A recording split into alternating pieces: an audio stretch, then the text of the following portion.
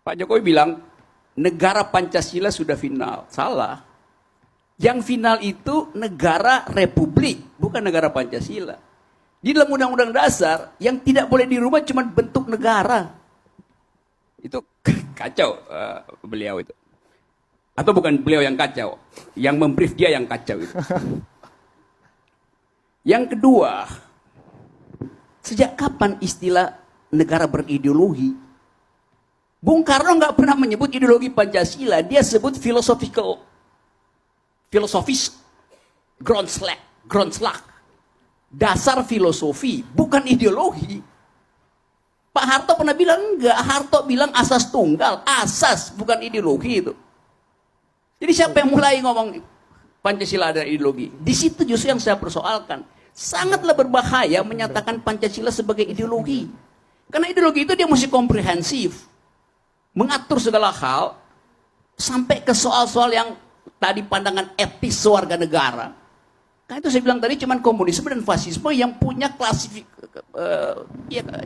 diklasifikasikan sebagai negara berideologi. Di seluruh dunia nggak ada negara yang berideologi. Kenapa? Karena logikanya kacau. Ideologi itu adalah keyakinan orang, bukan keyakinan negara. Oke.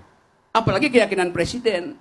Jadi kata ideologi, bahkan dulu kata ideologi itu yang di Perancis itu, Bung Rocky, liberalisme itu ideologi bukan? saya terangkan itu sebagai catatan kaki nanti ya. Di Perancis kalau orang bilang itu seorang ideolog, ideolog artinya orang yang pelongo. Karena nggak mampu berpikir maka dia fanatik pada sesuatu. Itu literasi mulai dengan situ abad 17. Akhir ideologi adalah olok-olok terhadap orang yang nggak bisa berpikir. Orang yang pelongo itu namanya ideolog gitu. Dungu maksudnya. Itu saya mau terangkan dulu soal-soal yang orang kacaukan. Sekarang saya balik pada pertanyaan ini. Ini ada 3 politisi. Kapan Pancasila disebut ideologi coba? Dua Oke. 2 politisi 1 kiai. Iya, politisi yang kiai dan kiai yang politis itu. Jadi kekacauan ini justru yang mesti ditampung oleh NU buat cari kapan Pancasila berubah menjadi ideologi negara tuh. Oke. Di mana? Nah, itu masuk ke situ. Oke. Itu umpan saya, bukan umpan, masukan Oke. buat saudara-saudara tuh.